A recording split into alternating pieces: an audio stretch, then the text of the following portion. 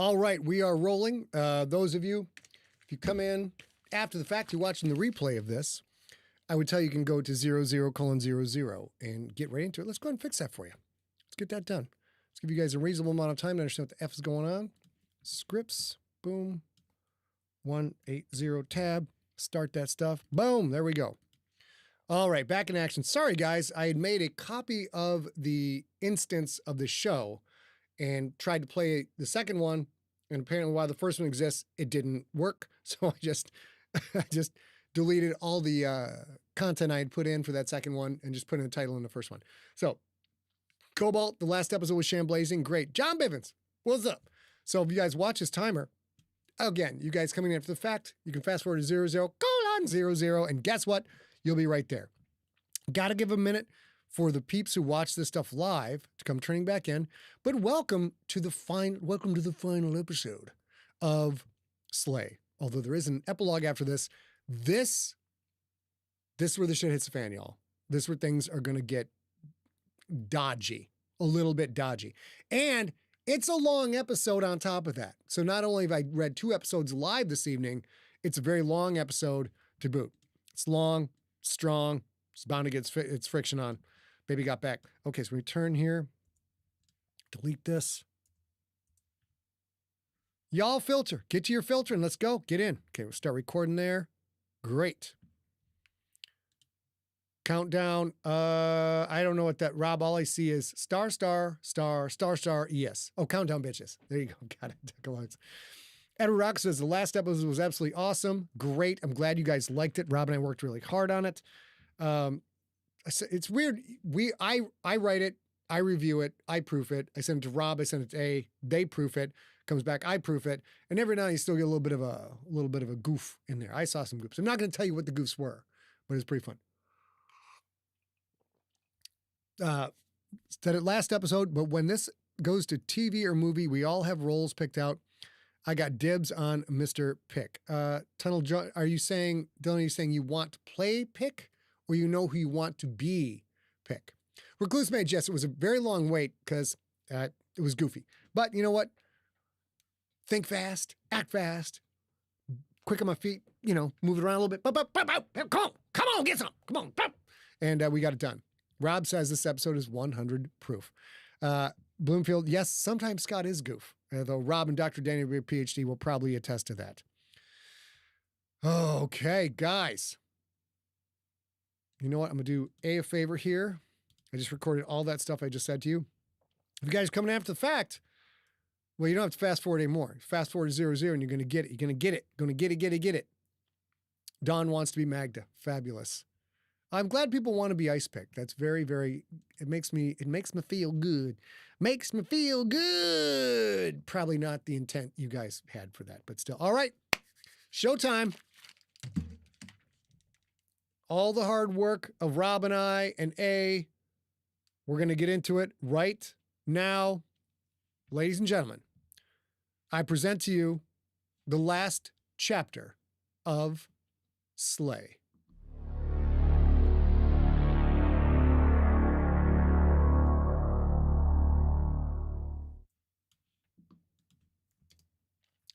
Previously on Slay. At Callista's club, Icepick. Hold on, sorry. Yes, sorry. Here we go. Previously on Slay. At Callista's club, Icepick had the upper hand.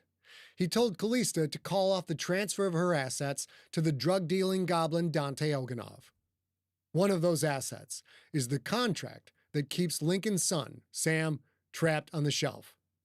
If Icepick kills Dante, it's game over.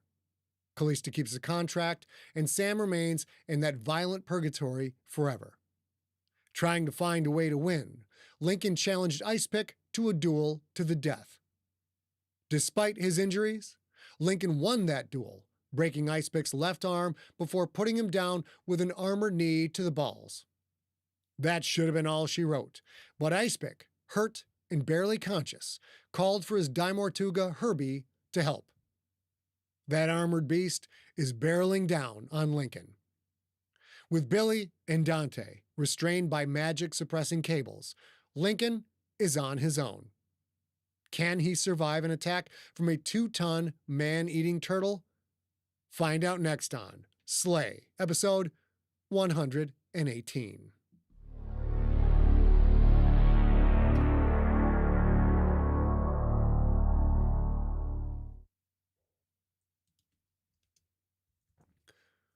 Dante tried to wriggle backward, to distance himself from the pending carnage. The crystal-shelled turtle rushed the man in gray, glass-shattering steps so heavy they made the entire building shake. Franks grabbed Icepick and put his Viking hatchet against the man's throat. "Herbie, stay!" Frank shouted. "I swear I'll cut his—" The diamortuga's pink-gray tongue lashed out. The thick, saliva-coated end hit Icepick's chest and yanked him away from Frank's. With a quick twist of the head and coordination Dante would not have expected, Herbie's tongue gently deposited Icepick on the dance floor even as the 2-ton beast kept advancing on Frank's. The tongue snapped back into the bony mouth as the neck stretched forward, bony, hooked maw opening for a killing bite. Hooked maw opening for a killing bite. Frank squatted to dive clear, but his left leg wobbled as if it might give out on him. He planted his feet and swung his hatchet in a powerful sideways arc. The blade cracked against the crystal-armored skull, knocking the turtle's head to the side, but it did nothing to slow Herbie's momentum. The diamortuga trampled over the man in gray, who went down hard. Herbie slowed, but not enough to avoid crashing into a pillar, one that looked to Dante like it might serve the very important purpose of bearing a significant amount of weight from the floors above. That pillar cracked and bent, its form giving enough to absorb the turtle's inertia. The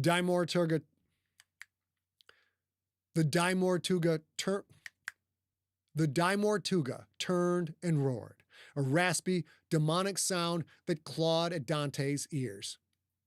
"Link, get up!" yelled Walt, who lay face down at Dante's right.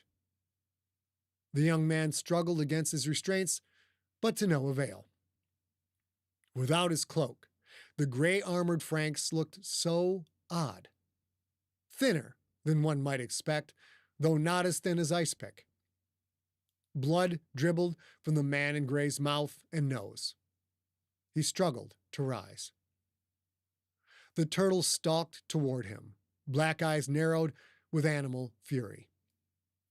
Herbie closed the distance, taking his time.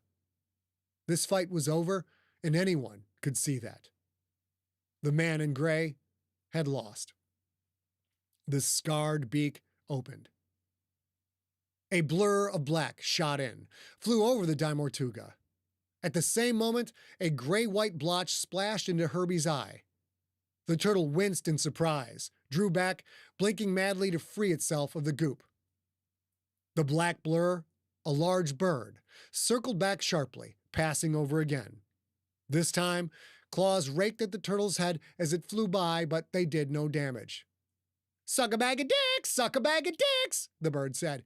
"You leave my penguin alone!"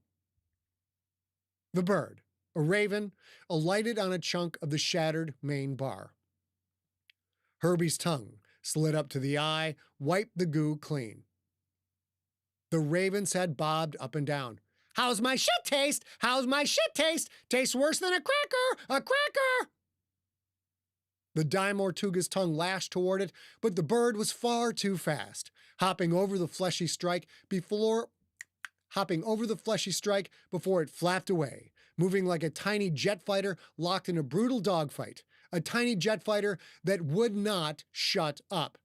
"Can't tongue my bung! Can't tongue my bung!" Dante heard the throaty roar of an engine, loud to begin with, and raging louder. A motorcycle engine, one of those big American types. It sounded like it was in a tunnel. A moment later, he understood why. A chopper ripped through the already ravaged entryway, doing even more damage as it rolled into the club. A hooded, armored Rixator rode the bike, dull gray cloak fluttering behind, gauntleted hands clutching the high handlebars. The chopper screeched to a halt. "No fucking way," Walt said. "No fucking way! Link, it's Mags and Dragon!" Mags, as in Magda, the same woman who had operated the cursed armor. The Rixator swung off the chopper and stood. "Well, slap my ass and call me Sally," Frank said, his words a wet wheeze, as if something inside of him had broken. "Kill this overgrown Christmas ornament. Let's fucking go home." Even in Frank's broken, strained voice, Dante heard the clear ring of pride. Herbie stepped back from the man in gray, dropped lower to the ground, and let out a hateful, warning hiss. The Rixator, Magda, reached into her cloak and came out with a curved, long-handled sword that looked like a stretched-out butcher's cleaver. Then she started to shake. She looked around sharply, left and right, up to the ceiling, all over, as if she was surprised to find herself here. "Oh no," Walter said. "Not again! Not now! Mags, fight it!" Whatever that fight was, she lost it. Shaking violently, the Rixator collapsed, the heavy weapon falling from her hand. Dante's hope drained away. So much for the cavalry coming to the rescue. The Rixator curled into a fetal ball. Dante heard her quavering voice say 2 words. "Dragon! Free!" The chopper shimmered, gleamed, then morphed into the dragon Dante had seen at the bridge. Perhaps 20 feet long with glossy black scales, the beast rattled with predatory anticipation. Herbie's big maw opened and bellowed out a roar the long, thick dragon echoed. The 2 beasts rushed toward each other, colliding with a thunderous impact, both clawing and snapping at each other. "Get him, girl!" Walt said. "Kill that motherfucker!" The black dragon coiled around Herbie's neck and constricted, then bit the turtle's head, long teeth tearing away chunks of crystal shell, splattering brown blood. The turtle tried to react its head into its shell, but the dragon's squeeze was too tight. Herbie reached up on his hind legs, smashing its head and the dragon both into the black-painted ceiling some 15 feet above. Wood and steel and wiring rained down. Herbie whipped his head like a cracking whip. The dragon, stunned by the impact with the ceiling, sailed across the room and slammed into another support pillar. She hit the floor, slowly writhing like some stepped-on earthworm. Dante felt the room instantly grow hotter, somehow, a dry heat that made his skin tingle, but only on one side of his face. The right side. The side facing Walter. The hog-tied, white-armored man started to huff rapidly, a sound that seemed more at home in a Hades demon pit than here in this old factory basement turned dance club. Herbie dropped down to all fours, the impact trembling the club, bringing down more detritus from the damaged ceiling. Bricks and boards crashed around Magda, but the Rixator didn't move an inch. Icepick stumbled out from the shadows, ruined arm dangling at his side. He swayed as he moved, as if it took all his focus to keep from stumbling into something. Blood sheeted his face. "Good boy, Herbie," he said. "Now, finish this." The heat. It was coming from Walter. His eyes were rolled up in his head, showing only white, and he panted like an animal. A flash of memory, back in Callista's tunnels, everything getting warmer and warmer, right up until Frank said something like, "Walt, calm down." Then, with more gravitas, "Before you get all upset." Walter was certainly upset now. Upset and heating like a furnace. Still hogtied, Dante tried to wriggle away from him. Snarling, the man in gray finally pushed himself to his feet, anger fueling his paltry excuse of a resurgence. "Call it off," Frank said. "This is over, Icepick. Take your turtle and go." The man in gray was in as bad or worse shape than Icepick. Icepick looked at him, eyes narrowed. "Not this time, Franks. We should have killed that abomination years ago. Besides, my poor guy is hungry, and he loves the taste of dragon meat. Herbie, feed." The diamortuga strode forward, round, clawed feet crunching on debris and broken glass. The dragon rose up, shaking, hissing. As big as she was a lightweight compared to that walking tank. Such violence in that dragon, as if it were spun from pure hatred. Still hogtied, Walter rose up into the air, what little of his skin that showed glowing like the surface of the sun. Dante stared up at him. This man, who had once been scrawny Billy Middleton, with the gift of gab, who fought like a demon, had mimicked the anemone's loom, and now he could also do this? Frank stared at Walt, surprised, confused. Icepick stared at him too, dumbfounded. "How?" He shook his head. "How?" Floating, Walter righted. His blinding white eyes leaked sizzling energy. "You will burn, diamortuga!" His words cracked with otherworldly venom. "You will fucking burn!" Walter's bindings melted, bubbling, and turning to crimson smoke that floated up to the ceiling. Dante decided, right then and there, to add Walter, or Billy, or whatever the man wanted to be called, to his short list of people to not trifle with. People to not be trifled with. Walter stretched both arms toward the diamortuga. A volcano of dark red flame erupted from his hands, engulfed the massive beast, splashed off its crystal shell like water driven by a thick hose. The fire hit the walls and the back bar, instantly setting all aflame. "This is not good," Dante mumbled. "Not good at all." As quickly as it came, Walter's power fluttered out. He fell hard to the floor, every last bit of energy spent.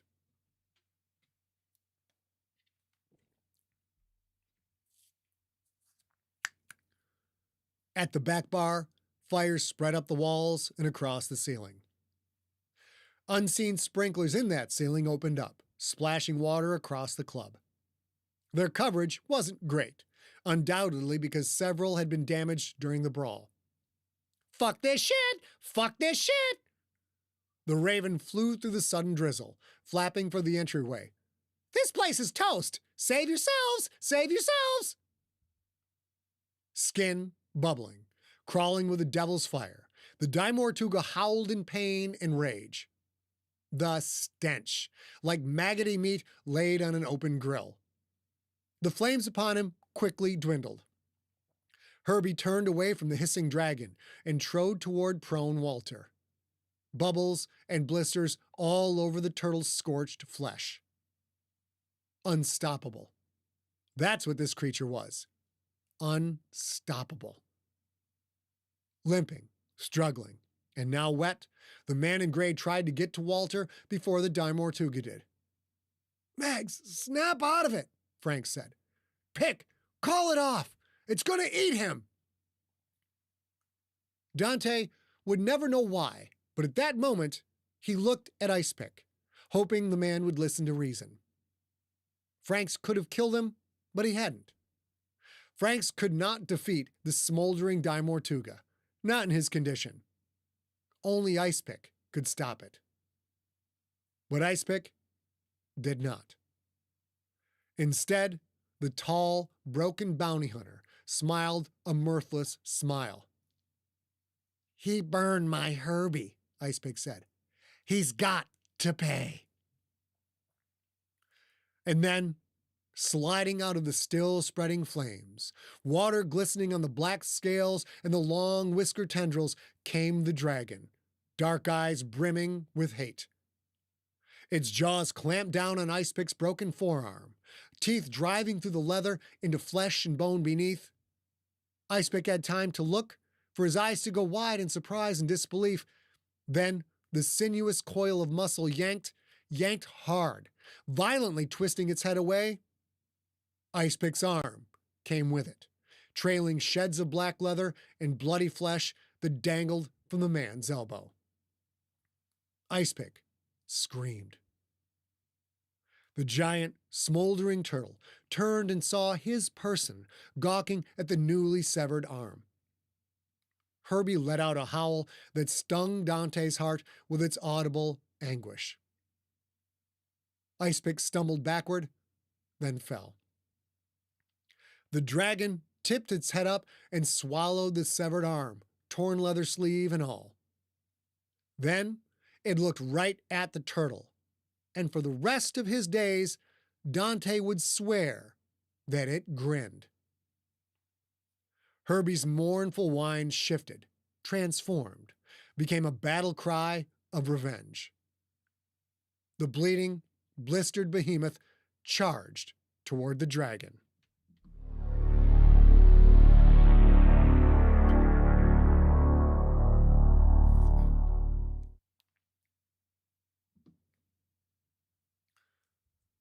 Dragon fled the diamortuga's charge, slithering into the spreading fire and vanishing among the roiling smoke and hungry flames. The turtle chased after her. Good girl, Dragon. Good girl. Lincoln didn't know if she would survive, but she had drawn Herbie away. Lincoln would not let her brave, and more than a little fucked up, action be wasted. He moved toward Dante, fighting against the searing agony of broken ribs and a shattered right collarbone. His femur had held, for once, but that hurt too. The rattle in his chest told him one of the ribs might have punctured his left lung. He needed help, and he needed it fast, but his friends needed help more. Dante was desperately trying to inch away from Billy. Inching while hogtied was no easy feat, and the goblin sucked at it. Lincoln knelt next to him. "Stop moving. I'll cut you loose. You and Walter get Magda out of here. If she dies, you die. Got it?" Lincoln used Bastard Maker to cleave the cable, which wiggled like a living thing dying an agonized death for a few seconds, then it fell still and did not move. Dante stood, rubbed at his wrists. "Duh," he said, coughing from the thickening smoke. "I got it." Billy. Lincoln turned to Billy, who wasn't unconscious but wasn't far from it. "Kid, get up." Billy looked at Link, groggy, his eyes unfocused. With the one hand that worked, Lincoln gripped Billy's shoulder. "Get your ass up!"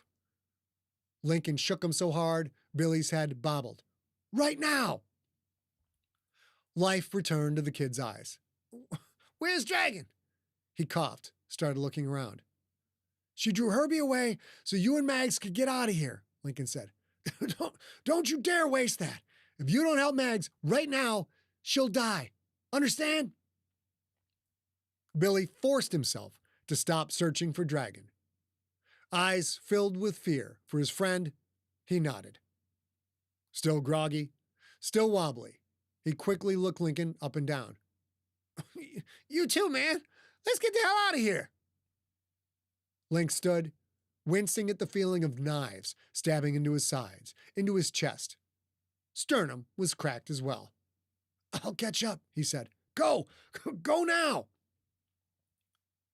Billy didn't argue. He tried to stand, but he couldn't. Dante moved in. In other circumstances, watching the 4-foot-tall goblin help the 6'4" man stand would have been comical, But at that moment, there was nothing funny about it. To his credit, Dante succeeded. "Come, Walter," Dante said. "We must get Magda to safety." Billy gave Lincoln one last, long look that said without words, "Don't be stupid." Then he let Dante help him to Magda, who remained curled up in a ball. She had done it. She had actually left the old stone church, and in the process, she had saved everyone's bacon. If Lincoln lived through the next few minutes, he would sing her praises. But for now, he could not stand by and let a man burn to death. The place was going up like a tinderbox. Sprinklers sprayed water, but either they didn't have enough volume to defeat the fire, or the fire itself, Billy's fire, was made of sterner stuff. The kid had lost control. Again. Although, this time, Lincoln wasn't sure that was a bad thing. Dragon's high-pitched screech cut through the air, audible even over the roaring, rumbling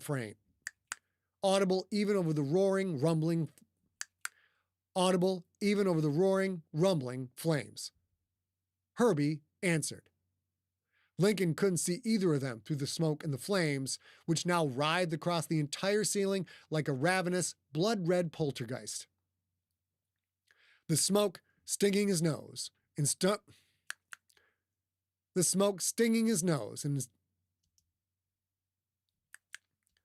his struggling lungs. Link moved to the dais, or what was left after it, after Herbie's rampage. He found his void cloak. It wasn't easy to put on with only one arm working, but this wasn't the first time he'd been down to just one working wing. He stuffed Billy's shotgun and staff into the cloak's folds, then pulled the cloak's hood over his head and let the old leather cover his mouth. The fireproof cloak and its properties would buy him some time. Not much, but some. He didn't know where his helmet was. Blazing hells, did that diamortuga hit like a truck. Lincoln moved toward where he had last seen Icepick. Flames crept across the concrete floor, searching for wood, for cloth, for anything it could consume. Prismatic light glowed from beneath the cracked and cratered dance floor. Something beneath it was burning. Wiring, maybe. His lungs burnt. His lungs hurt. The cloak could only save him from the smoke for so long. Lincoln found Icepick on his side, not that far from the rear bar, which now crawled with fire, and the secret door he had used to sneak in. Icepick had passed out from shock. A widening puddle of blood, already thinning from the sprinklers, surrounded the stub of his elbow. Lincoln used Bastard Maker to hack into the bar, chopping off a piece of wood that burned at one end like a torch. He slid the skegox into his cloak, picked up the torch, and pressed the burning wood against the raw stub of Icepick's elbow. The man came to right quick, sitting up, his lone hand reaching for a weapon. Lincoln dropped the torch and grabbed his wrist, held it tight. "If I don't get you out of here in the next 60 seconds, you'll die," Lincoln said. "Don't fuck with me, Pick." The brief bit of talking resulted in a smoke-driven cough, one that Icepick echoed. His watering eyes looked at his severed arm. It was still bleeding, but a lot less. The burned flesh stank like death. Icepick coughed loudly, forced out words, "Where's Herbie?" As if in answer, the diamortuga's wail came from somewhere in the club. Maybe near Gary's office. Lincoln didn't know. Link heard a loud cracking. A huge section of ceiling gave way, blocking the ruined entryway and burying the dance floor in burning rubble. He would have to find another way out. The pillar Herbie had crashed into gave way as well, and more debris crashed down. The club was in the old factory's basement. The whole building might collapse. The sprinklers shut off. They hadn't done a damn thing other than soaking Lincoln. He stood and offered his hand to Icepick. Coughing loudly, the man took it. Link pulled him to his feet, then again drew Bastard Maker. He hacked at the flaming bar, clearing enough room to reach the secret door, which had yet to catch fire. Lincoln opened it, which brought in a rush of air that made the fire flare higher and hotter, but he and Icepick stepped through and pushed the door closed. The brief windstorm vanished. They were both in bad shape, in damn near crippling pain, and coughing from smoke inhalation. But they both knew the way through the dirt tunnel and moved as quickly as a pair of at-death's-door brawlers could manage. They reached the old anemone room, where Bobby the Minotaur had saved Lincoln's life by killing Veronica Flechette. The old skulls stared down from their place among the dried-out, dead vines. Seconds later, Link and Icepick reached the steps that led up to the building's loading dock, where the secret door had chopped off the head of Veronica's panther familiar. So much had gone down since that day, yet Lincoln remembered every moment, every shot, every wound. "Before we go outside, I want to say two things," Lincoln said. "Dante will be out there somewhere. You give me your word that you won't try anything with him." Icepick looked like death warmed over. He'd lost a lot of blood. He looked at Lincoln, blinking slowly, teetering at the edge of consciousness. "You have my word," he said. "For tonight. What's the other thing?" Lincoln coughed, tasted blood in his mouth. That wasn't good. "The other thing is, I want to hear you say it." Icepick's eyes closed. "Seriously?" "Yeah, seriously." Icepick nodded even slower than he blinked. "You won," he said. "You're better than me. You are a dangerous man." Gods, did it feel good to hear those words. But that was Icepick for you. He followed protocol. Lincoln hadn't known why he had risked his life to save a man who had tried very hard to kill him, but now he knew. He did it because Icepick was a true professional. And in this business, guys like him were few and far between. "That's right, Icepick," Lincoln said. "I am dangerous." With that, Lincoln trudged up the steps. He found the recessed latch Mercutio had shown him, opened the door, and they stepped into the loading dock. A thin haze of smoke crept along the ceiling. They heard the fire's roar and distant, approaching sirens echoing off the old brick and rusted metal of Lumencia's street canyons. The ceiling cracked. A snowfall of plaster drifted down. "Move," Lincoln said. "I think this whole place is coming down." Icepick turned slowly, looked to the now closed secret door. "But, Herbie!" Link felt a stab of sympathy, wanted to punch himself in the throat for it. "Your diamortuga might live through a building collapse, Pick, but you won't." Would Dragon? Lincoln hoped so. The two men started out of the loading dock, stopped short when a van skidded to a halt at the curb. A white van with a dented black driver's side door and a fading logo for Frau Munda's Groceries on the side. Ariella Goldsmith leaned out the driver's side window, tilted her head toward the back of the van. "Get in," she said. "Hurry up, and we're not taking him." Lincoln had never been so happy to see her. Icepick lifted his bleeding, burned elbow. Blood-thick leather shreds dangled down. "I won't be any trouble," he said. The van's rear doors opened. Dante hopped out and held them. Inside, Magda, still in her Rixator armor, lay on one of the duct-tape couches. her head in Billy's lap. Billy could barely keep his eyes open. Dante briefly looked at Icepick, but anyone could see the exhausted, beaten man was no longer a threat. Lincoln and Icepick struggled into the van, sat next to each other opposite Billy and Magda. Dante shut the doors, then ran around and got in the passenger side. "Get us a block away," Lincoln called up to Ariella. "We have to look for Dragon." She glanced back, nodded. "We already have eyes in the sky." She faced forward and drove. Not sure if he had the strength to make the mental connection, Lincoln reached out to Shitbird. He got scattered, broken images of a crow's eye view. Flames raging from windows on the building's south side and rising up from the roof. But no sign of Dragon. Through Shitbird's vision, Lincoln saw the roof give way. "Ariella, stop the van," he said. She did so, a little too abruptly. The jarring motion ground broken ribs together. Icepick let out a moan when his raw, burned elbow stump bumped the seat.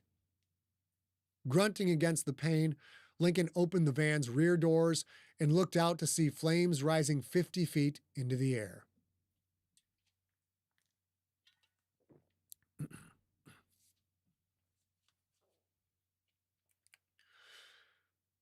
The 4-story warehouse walls crumbled inward, sending clouds of smoke and dust billowing through the streets.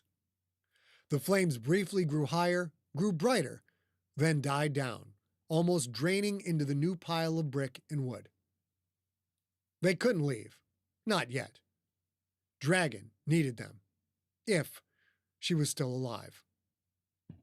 Mentally bracing himself against the pain, Lincoln stepped out of the van. Billy got out and stood next to him. So did Icepick. And then, shockingly, so did Magda. Lincoln put his good hand on her armored shoulder.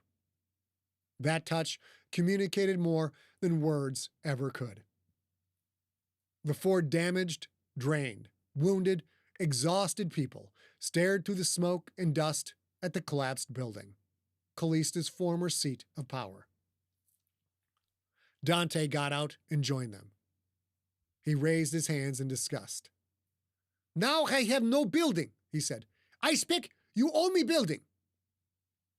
Icepick coughed. "Send me a bill." They stared at the smoking ruin.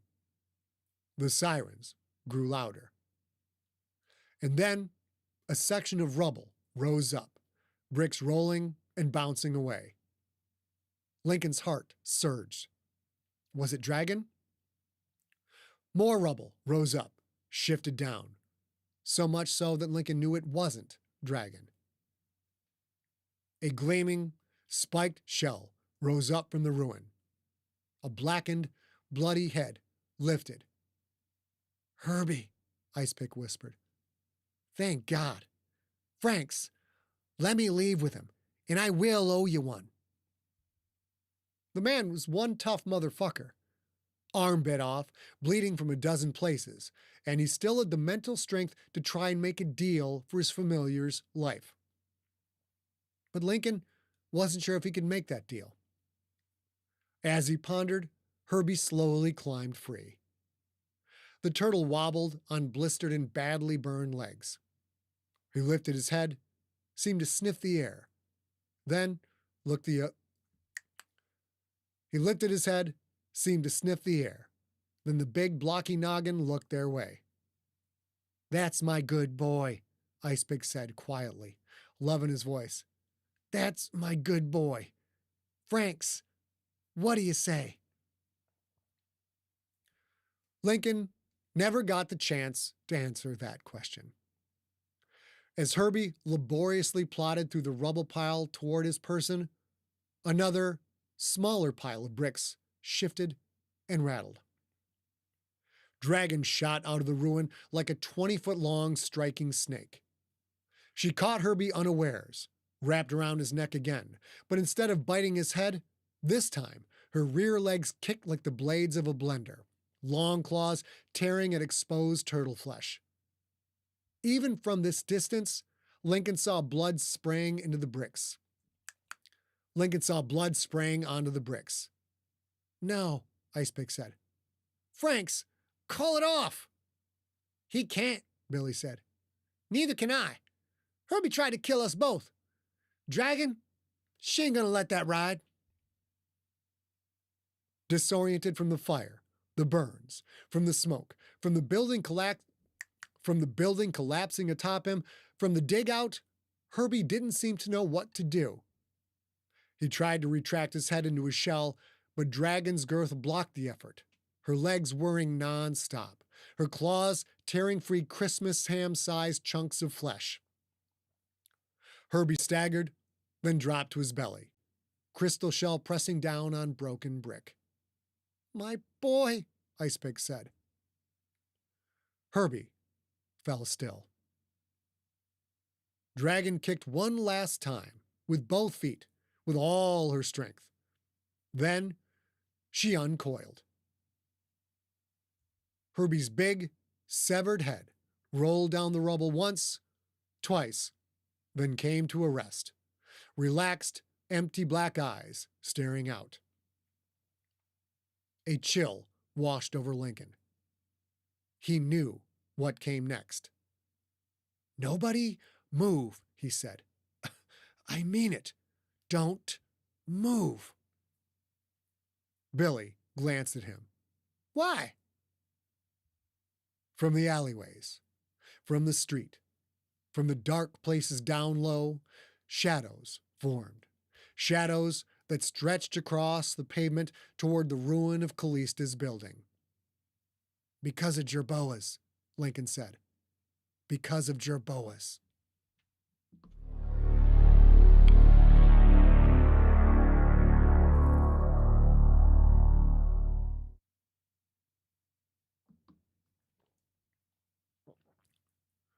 Every atom of Magda's body crawled, crept, screamed at her to leave this place, to go home. Jerboas get rid of evidence of magic, Lincoln said. Something Herbie size is a whole lot of evidence. I've seen this before. It's not pretty. Magda had seen it too, seen the rare moments when the mysterious keepers of the underskin cleaned things up. She focused on the quiet spectacle, grateful for something to think about other than how she wanted to eat a bullet. She just hoped Dragon was smart enough to get out of there. Shitbird was, for certain. The raven, who identified as a crow, was probably miles away by now. Like living ink, the shadows slid toward the old factory's ruins, up what bits of the wall remained, and wavered across the broken brick and smoldering wood. Fuck this, Billy said. I'm going to get Dragon. He started forward, but Magda ran to him, grabbed his wrist, and held on tight. No, she said. They'll kill you. He pulled against her, but he simply didn't have the strength. So weak was he from the long ordeal. Either Dragon figured things out, or she had some ancient instinct for self-preservation. Her long, muscular body wavered and morphed, shrank down into a little black dog that was damn near invisible in the dark night. The pup scurried away from the advancing shadows. On thin, intangible legs, those shadows rose up from the bricks, became smoke bodies with tall, wide ears and swishing tails. A dozen of them. Magda had never seen so many before in one place. Dots of deep red formed, eyes that stared at the headless corpse of Herbie the lovebug. The dozen shadow creatures opened their mouths, revealing spaces as orange as molten iron and dagger-long, gleaming metal teeth. He's not dead, Icepick said. He's not. I have to save him. The bounty hunter must have drawn upon some deep reserve of pure will, for he rushed forward.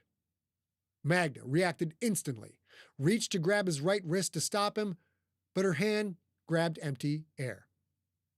Icepick no longer had a right wrist. And just like that, he was sprinting, 10 steps away in an instant. "Don't go after him," Lincoln said in a low, quiet voice. "Nobody moves. Nobody talks." The shadow mouths opened wider. Then they began to feed on Herbie's corpse. Where their mouths closed on him, he was no more. Each bite further erased him from existence. Like a pack of dark piranha, they feasted on his form, cutting into it, devouring it. "Get away from him!" Icepick shouted as he ran closer. "You leave him be!" 3 of the shadow creatures stopped their feast, turned to look at the foolish, confused, heartbroken man running their way. "You fucking idiot," Lincoln growled. "So stupid." Icepick ran closer. As their brethren continued to cut Herbie from reality, the 3 jerboas became shadows that raced across the rubble to meet the oncoming man. "I've seen this before," Billy said.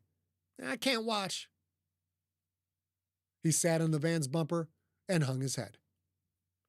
The sliding shadows met the running man, stretched up into their long-eared form, and they started in on him. Icepick managed one surprise scream before he had no throat left with which to do so. The jerboas needed many bites to erase Herbie.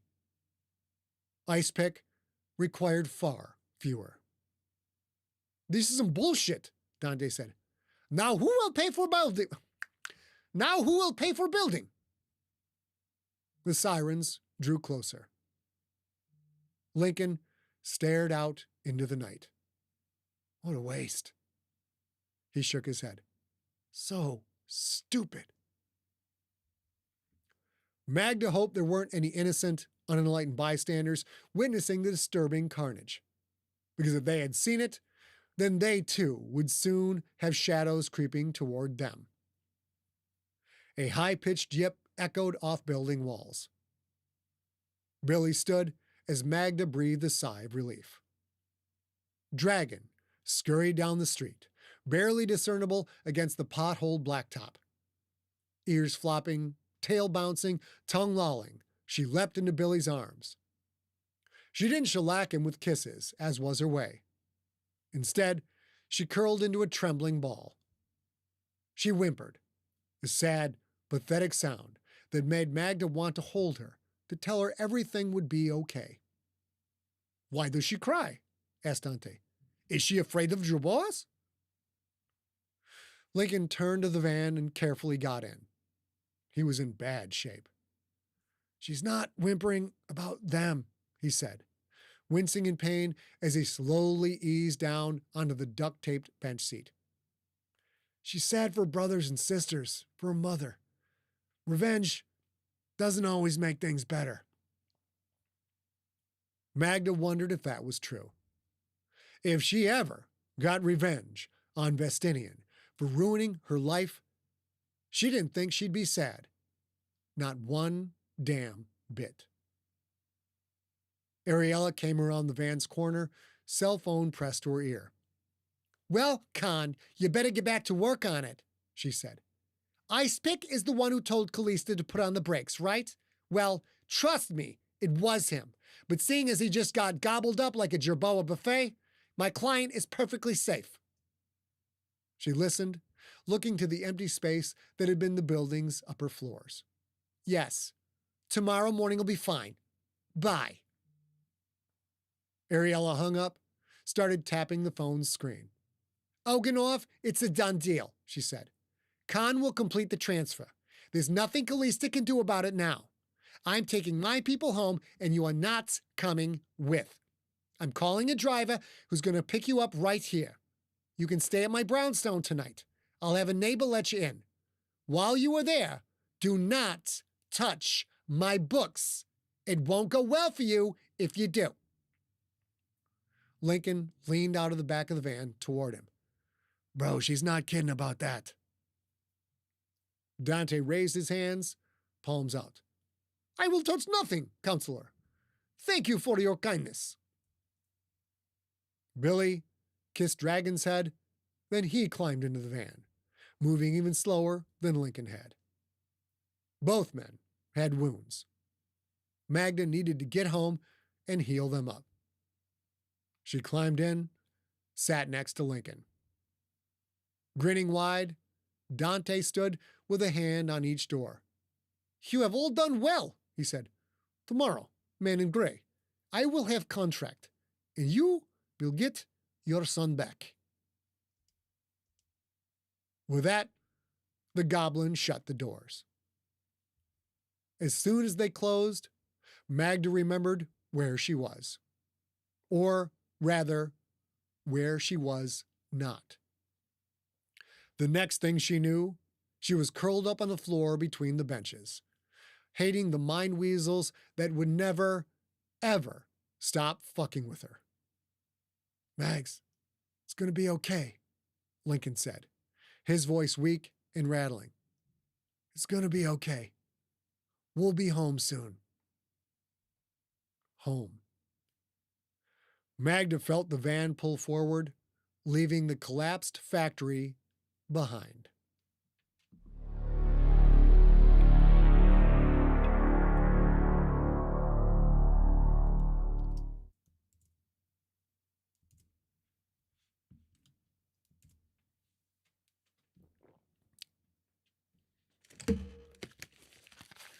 That's it, Breeches.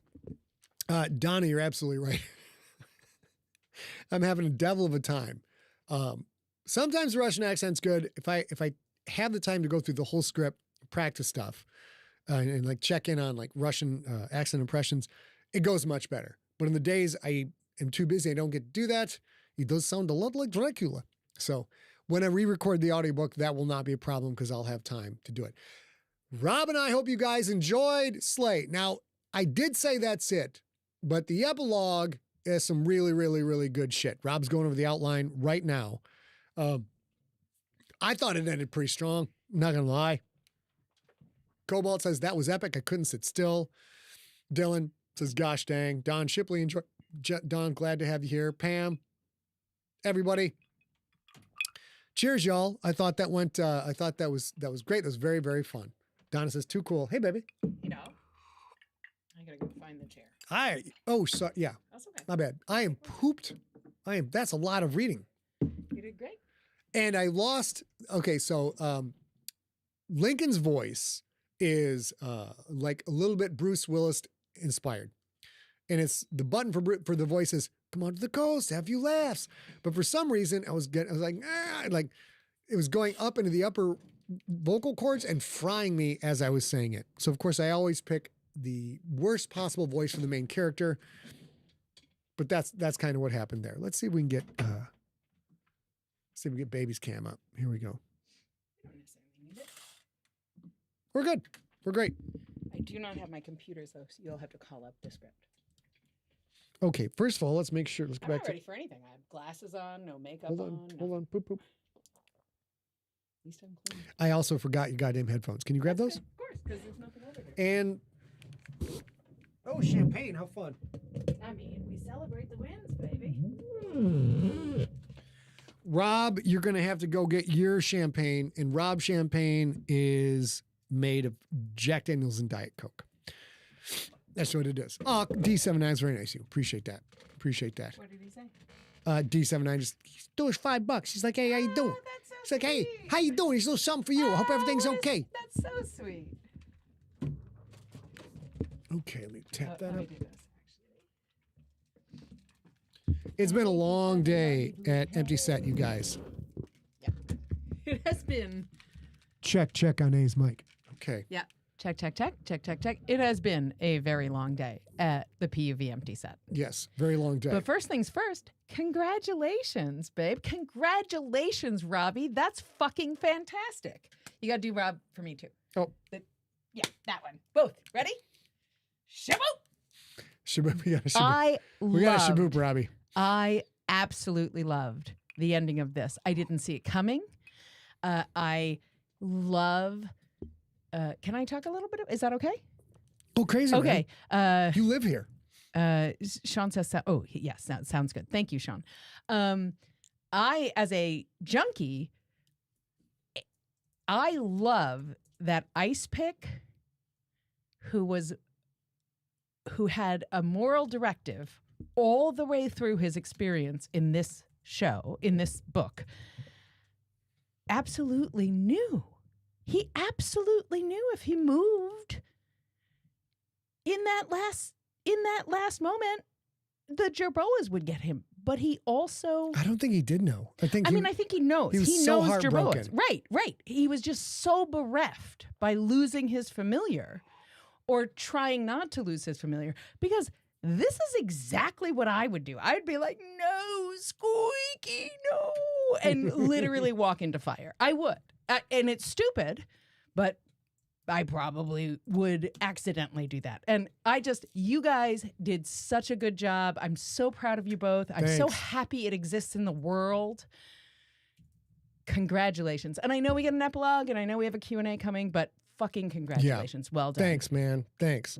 I'm going to pour a little champagne so we can toast. Go crazy. Robbie, if you have something to toast with, understand that we're toasting with you. How's your headphone mix? Is it okay? It could be a little louder. A little louder? Okay, we're going to try it. Bear with us for a second, guys. We had a couple things to cover. I just want to make sure I get A set up properly here. Sends. Q2. Yours is cranked. And so that here, I'm going to get to you right now, baby. Right? Q2. And now you are on Q2. Okay, so you need more volume. Got you. There's and that. There it is. How's That's this? good. Is that better? That's great. Great. Now go to Q1 because I'm not hearing you enough. I'm fucking pumped, you guys. I'm exhausted and pumped. Like a double episode. Let's go to me. It's a lot to write. It's a lot to edit. It's a lot to integrate, and then to prep, which we're going to actually talk about how much prep we have to do and how it impacts what our changes we're making. It's a lot to read. It's a lot to read as well. And I want to tell you guys. Hold on. Cheers. Okay. To all you guys, if you guys brought beverages, get them up. To everybody, to Robbie, to Scott, congratulations, you guys. It's fucking well done. Thank you. Cheers. And hold on, what's that say? And Steve, as Steve said, absolutely. Cheers to the OG photographer of Empty Set, friend we miss a lot, Bruce Pick, Icepick. Every day. This one was for you, buddy. Yep. So, wait. Got to get for Klimt so easy. I'm such a sap. I'm such a sap, bro. It's interesting because this is the week after Siglerfest normally happened. So there is so much in the feed. I'm getting for Klimt myself. So much in the feed about Siglerfest, and every one of those images is either by Bruce Press or it has him in the background taking photos. Yep. Everyone. The documentation we have of the Siglerfest, the 9 Siglerfest, it's gorgeous. We have books and shit. It's all pictures that Icepick took. Yeah. Now I gotta say, fortunately, the Pick family, I kind of thought, like, I'm not entirely sure now to make Icepick such a great fucking name for a bounty hunter, right? For a killer. So I'm like, I don't know how they're going to feel about, the memory of their husband and their dad being this and like murderous the fucking assassin. Exactly. The human so exactly opposite of the assassin. He was a tall man. It's like the character's based after him. Yeah. And he was a moral, right. Yeah. But Allie, who's a huge part of what we do, Allie and Steve is in the chat room right now, and Julie, his wife, and the son too. They all like. I think they all like it, right? Yeah. Julie, Allie, Ben, and all of his actual family love this representation and love that he's part of the Siglerverse now. It's great. I think even now. Yeah. Yeah. Well, we're letting Icepick right off into not the sunset, but right off into the evening. I love that he got to choose his own destiny. Trying to protect his best boy. Yeah. And I think all of us who've had the pets, no, this is gonna make me more verklempt. That's okay. Losing a pet is brutal. It's brutal. It's so tough. And even in the context of the story, there's a lot of there's a lot of madcapness in Slay and a lot of body humor and a lot of stuff going on and a lot of over the top violence. But there's also a lot of real basic fundamental truths in the story. Yeah, for sure. It's you do what you say you're going to do. You keep your word and you back your boy up. You back your girl up. No matter what the fuck happens, you are going to war for those who are yours. And I really, really appreciate that the main characters in this story consistently have truly been internally consistent people. I appreciate that Magda and Lincoln are killers. And yeah, they have issues. They have their own personal issues, but who the fuck doesn't, right? Like, and yet they are internally consistent in their own morality. And I think sometimes that's hard to do. So I love to see the example of it that Rob and Scott gave us. And ladies and gentlemen, Rob Otto is in the chat room right now. Rob Otto is the co-creator and of Slay. And everybody in the chat room, let's see some clappy hands, some drinks raised. Everybody give Rob his fucking flowers. You can put flowers in too. And Dylan says, I was worried Lincoln was going to die. I was also worried Lincoln was going to die. Yeah, and Dragon. I've gotten emails in this. This is the first time for this book. I am the person who gets the customer service contact us emails first in our feed. Scott can always look at them, but he has to go look at them, and I can just see them. They come into my inbox, and this book, book 3, is the first one where we got an email that says, you better not fucking kill Dragon. And if you fucking kill Magda, and if you fucking kill Billy, and if you fucking kill Lincoln, those are all separate emails, but they all came in just in this book, which I appreciate as a sort of a strange thing because Billy was in mortal danger in book 1. Billy was in not a lot a of single trouble. note. This one, if you kill Billy, goddamn, like And, people were mad. Now I'll raise a glass of scotch to my boy Rob Otto. Absolutely, Rob. Otto. Rob, this is to this day one of the funnest writing experiences I've ever had, and there's a lot of my love for you in Link and Billy and Magda and everybody together. Cheers, buddy. How fun. Steve Rickerberg says in the YouTube chat room, if you kill the dog, you are dead to me. Yes, absolutely. And you know what? I have realized this is not even just a Scott Sigler thing. There are several authors in several different genres who literally say out loud, 100%, I am not killing the dog in my book, just so you know. And a couple of weeks ago, we went to see... last week, I guess, we went to see Good Boy. And I was very stressed out going to see that movie. And I said to my girlfriends, I texted my girlfriends and said, hey, do you want me to tell you if the good boy dies? Because I need to know before I see it, if you guys are going to want to see it. And one of them said, oh, no. The director says the good boy lives. You don't have to worry about that. The director says the good boy lives. And I was like, really? Good Boy and was I looked rough, it up. dude. That's a rough thing to But watch. that is true. The director of Good Boy, well before the movie came out, said the good boy lives. So that worked Good out. Boys, you want to get the good girl who's crying right now? Yeah, I will. I had to put the baby gate up so she wouldn't moan at the tops because you were screaming so much. Hold on. So, all right. So we're going to go over a couple of things. Give us a few more minutes. And also, zero question. No character dog is ever going to die in one of my works. That is a fact. However, I have 2 stories I need to write. One is a screenplay I'm going to write with Rob someday called Mutated Little Dogs. Dogs are going to die in that shit. What is it called? Mutated Little Dogs. Why are dogs going to die in that shit? Because they're fucking mutated little dogs trying to But kill you. that's not their fault. They didn't do anything wrong. Yeah, you know what? Look at this bit. Pick her up. You know how little dogs think they're fucking badasses all the time? Imagine if she's mutated into like a 100-pound monster.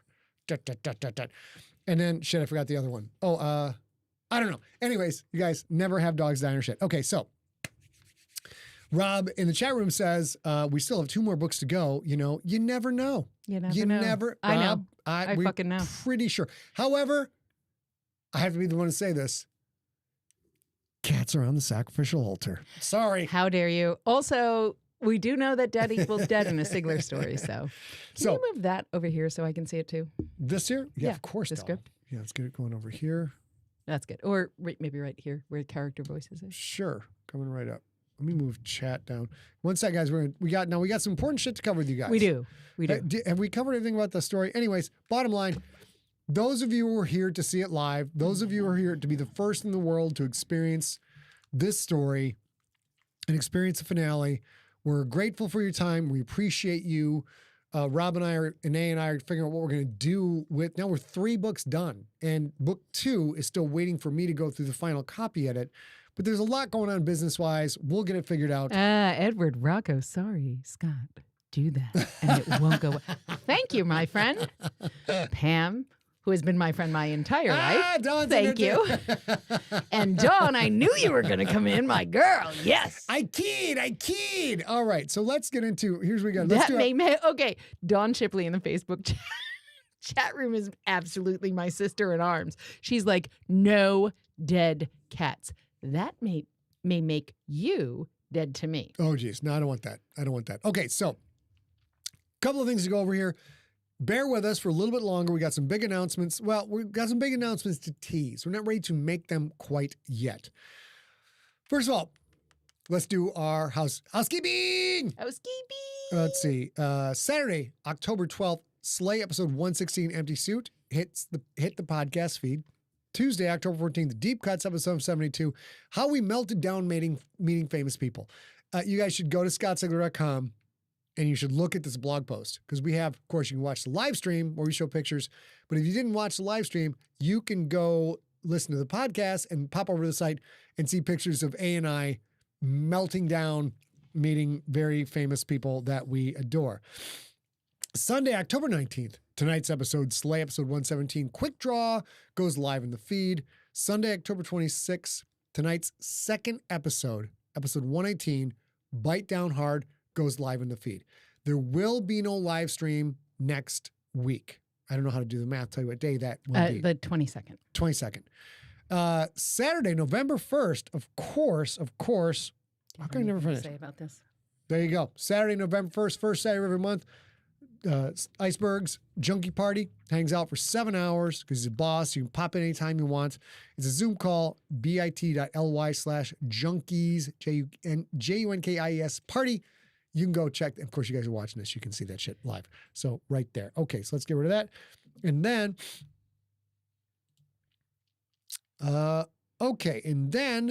there's a couple of very special deep cuts, capital V, capital S, as in the old Family Ties episode, you know, when Alex got hooked on drugs. Very special deep cuts coming up for the Thanksgiving celebration week. November 19th, we're going to talk about why we are thankful for the NFL. Mm-hmm.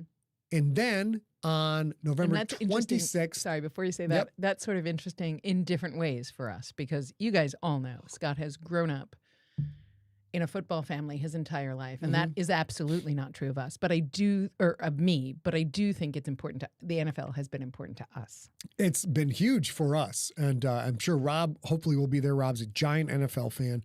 And no, Rob did not call you fat. He's a big NFL fan. Yeah. And then on October 26th, the day before Thanksgiving, why we are thankful for the GFL.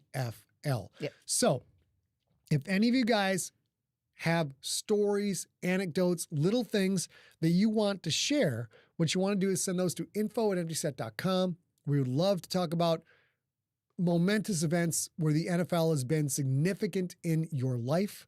And then, of course, double up. If the GFL has made you appreciate football or be able to sit down with family members and watch football for a thing that you've not really been able to do before, or given you any kind of enjoyment for the sport or beyond, because we've got some new tattoos to show you. This young man has George Starcher tattoos on his neck and on his arm because the George Starcher dialogue resonated with him in a way that I never expected. Things like that. Yeah. But that's not a George Starcher one. Isn't it? Who's that one? Sorry? Oh, yeah.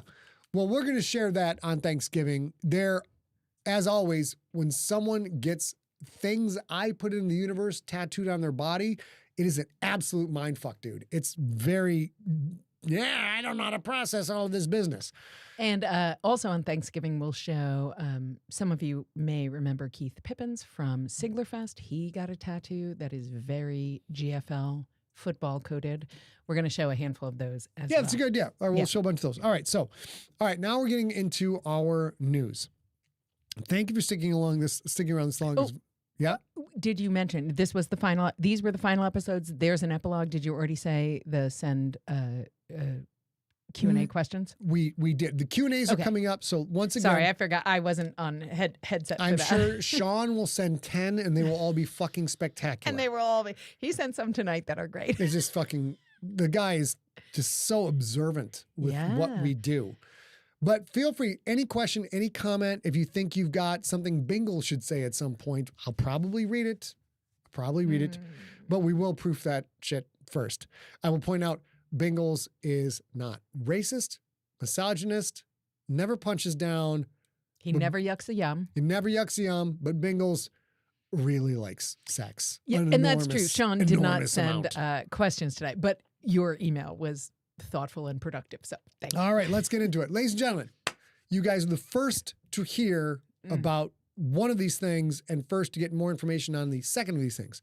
The first thing is it's time for us to make a business pivot.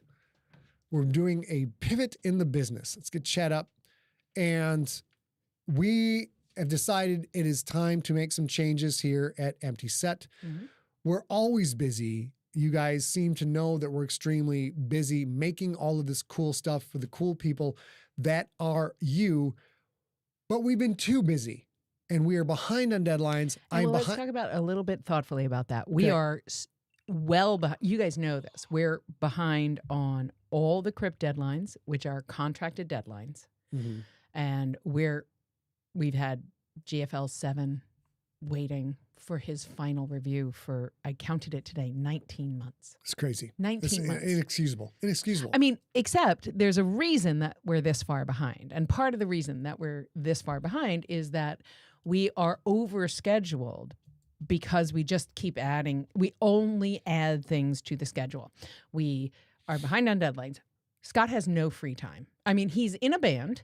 And he takes that commitment seriously. That's my hobby, right? But that's fun thing, right? That's the only fun thing I do. And I have to point out, this is important because this has been a very, very difficult decision for us that we're about to talk about. But Scott doesn't have a single day off. Like literally has an obligated schedule every single day of the week. And I counted today, and he's had that all through 2025. He hasn't had a single day where he didn't have an obligated commitment in 2025 yet. Not one.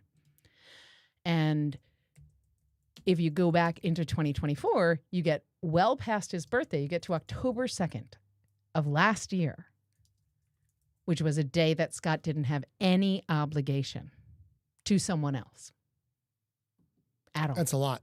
October 2nd. It's October, 15th? So it's almost a year where he's been literally working every day for something. We've been talking, and I'm a Midwestern boy, and Midwestern boys and girls work fucking hard. We work fucking hard. It's what we do. It's, the whole gestalt of being from that area. But I absolutely adore my wife, and we've been talking about I really don't have the flexibility to be like, you know what, fuck it. Let's go to Reno for 2 days. Let's just get in the car. We don't even have the opportunity. We don't have the can't opportunity for me to surprise him on the weekend with a thing because Saturday is scheduled and Sunday is scheduled. Yes. And now, of course, during football season, but you can watch football in Reno. Fair enough. And so we're getting ready. I do want to say this part. Okay. I'm not complaining, and I don't think he's complaining. We have chosen this life, and we do spend a lot of time together, but it has been a lot recently. This is the life we have chosen. Do you want me to say it? Or do you no, I need to say it. So it is time to wind down the live stream. We started this live stream having no idea what we were doing on March 20th, 2020 during the lockdowns because we knew a lot of the people who enjoy my work were having a very difficult time being cut off from everything. At one because point, we did too. We did too. At one point, we were live streaming 5 days a week. This is why I have this face lettuce right here. because the Faceless tournament to start out with. And eventually we got to the point where we're doing it 1 day a week. And then the weekly live stream gave birth to Slay. Rob and I created Slay. So we would have I would have content to do live and content to put in the podcast feed. But that has become relatively untenable. Because it's 5.5 years later. We did it we were literally locked down here in the house we live in right now, unmarried, dating but unmarried. And we were driving to the office to close it down because our lease was up and we didn't know when we would be able to get back in. And on our drives back and forth, we gave ourselves permission to talk about, hey, can we do a thing? Can we just reach out? Can we give a safe space? Can we have a safe space for our friends, our junkies, our friends, things like that? And that's how Sigler and Place started, which became Slices, which became Deep Cuts, all that stuff.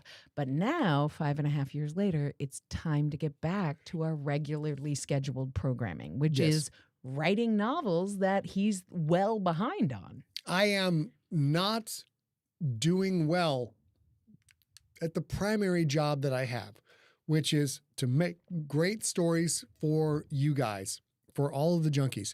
And it's skin crawling to think about how long I've had GFL 7's final draft on my desk. And this is not how I am wired. I am not wired to let people down. Yeah. So it's difficult for me. And this is also a difficult decision because we know there's a lot of you watch the live stream that you're here for us every single week. And we hang out with you every single week. So we're probably by the end of the year or sooner, we're going to phase down the live stream. We do have a thing planned, which we're not going to talk about tonight. Yep, we have plans. To keep our mugs in front of your face.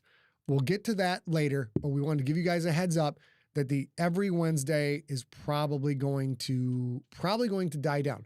I have to tell you why. Because let's start from Thursday. So I do the live stream. Thursday is dedicated to writing Slay. And that has gone on to Thursday and sometimes Friday writing Slay. And sometimes if other things come up, I am writing Slay on Saturday and Sunday to catch up because we have other things going on in the business. Sometimes it's even also Monday because the story has gotten so deep and so interconnected. I have a huge wiki for it. Siglerpedia.com. You can go siglerpedia.scottsigler.com and see all of the content about Slay. It's up there because that's my resource to make sure I keep it all integrated and contiguous for you guys. But I do want to say, in the chat room on all channels, people are saying, like, this is so important to me. Thank you for having held on this long. I hate that you're doing this, but I kind of understand. And I want to say, because you guys show up every week, we wanted to tell you this because we have to make, I mean, we have to pay our bills. Like, we have deadlines that are 3 years overdue. We have things to do, right? That said, we absolutely also benefit from this interaction and this back and forth. It's so fun. It makes us better. It makes his fiction better. It makes us feel better about the world at large to know this community of you. So it's not necessarily going away, but the weekly live stream is changing. And we're working on it. We also don't want to lose this connection with you guys. And we're working with we're working with Steve, we're working with Alec, we're working with the whole Empty Set crew to figure out moving forward what to do. But because you guys show up every week, this is still nascent and we're still working it out. But we wanted to share this with you right away because you guys show up every week and you're just as important to us as we are to you. And we want to let you know right at the beginning, we know that, we understand that, we're going to figure that out. But we are absolutely having to make a change. I will also say this because Scott will not. We start working on the live stream on Tuesday at 1 p.m. And we stop working on the live stream whenever the audio that Scott just recorded gets sent to Steve, which sometimes happens tonight and sometimes happens tomorrow. So to put it in perspective, in your normal 5-day work week, we stop working at noon on Tuesday and we go back to working on fiction Thursday. And so that's a day and a half out of a 5-day week that we give up writing fiction, which is how we're 3 years behind on some deadlines. And a day and a half would be great. If it was just a day and a half, it'd be fantastic. Yeah.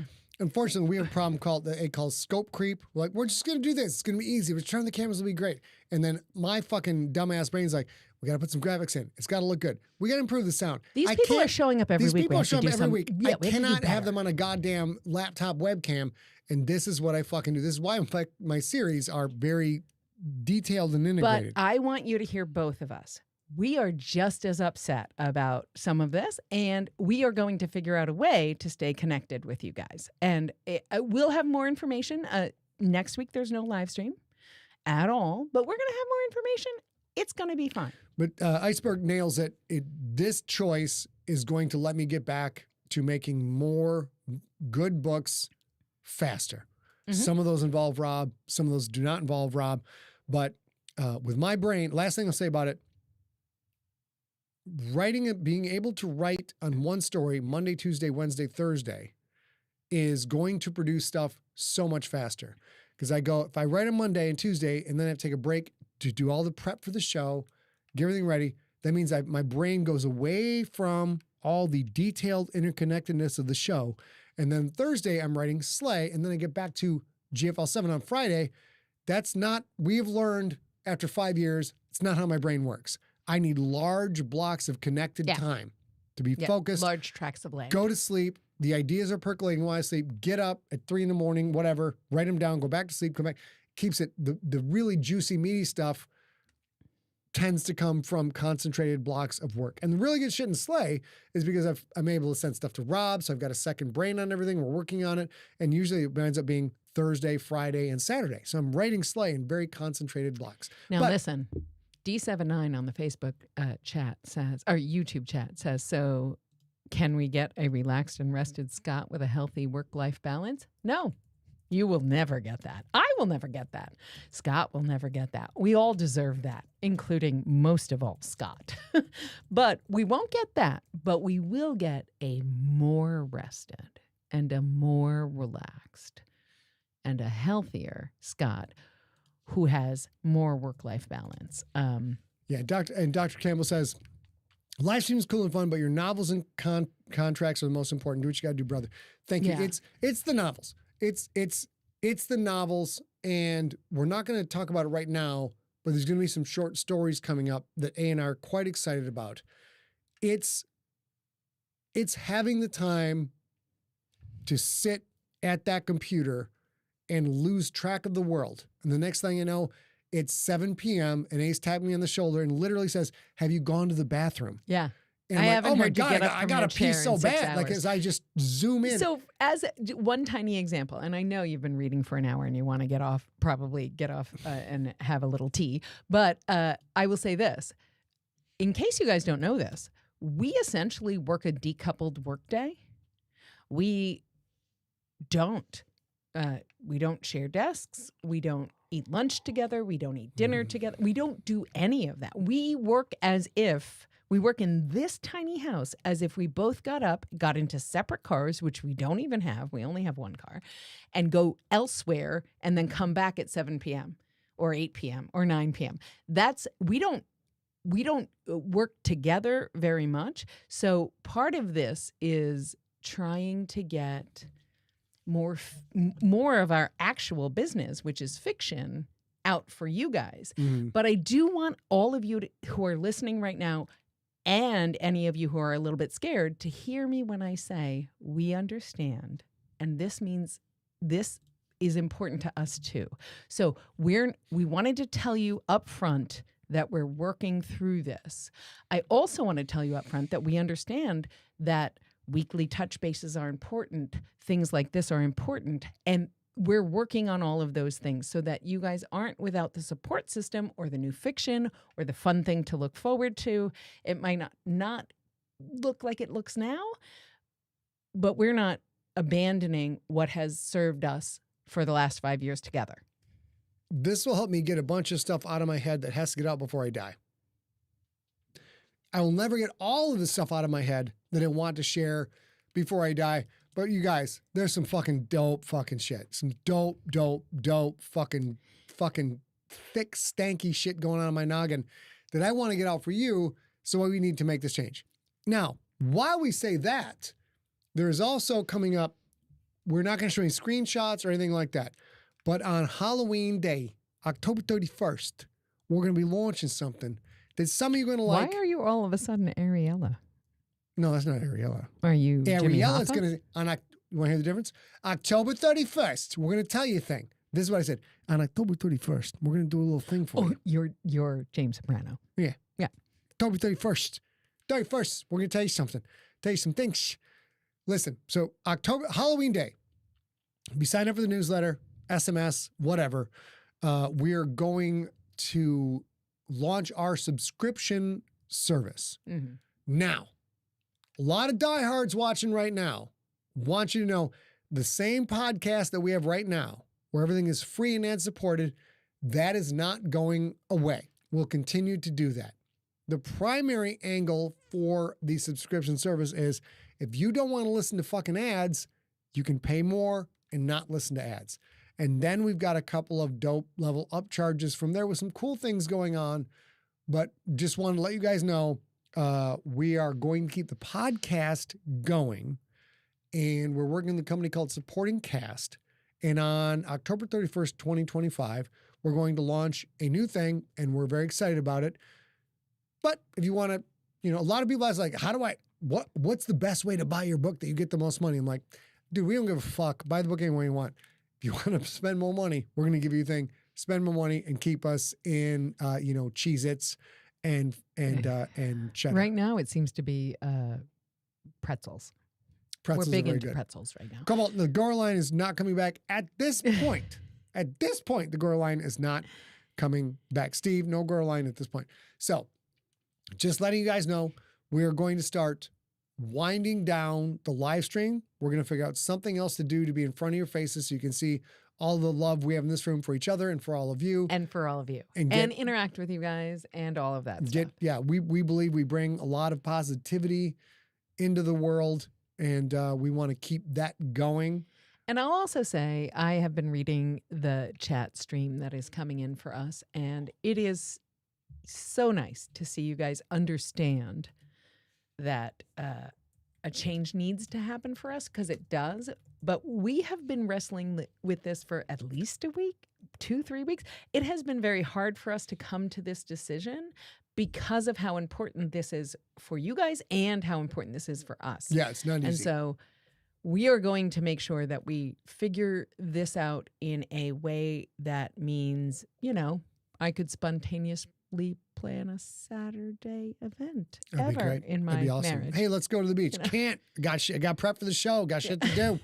Or got a a thing deadline. like that. But also maintain this was very important to us, was very important in the last few years, relationship that we've all developed. It'll look a little different, but I promise you, this is not, next week we're gone forever. It's going to be fine. We're going to work it out. That's correct. Although Rob Otto's probably already gone forever. How dare. He's probably pounding Jack and Diet Cokes right now.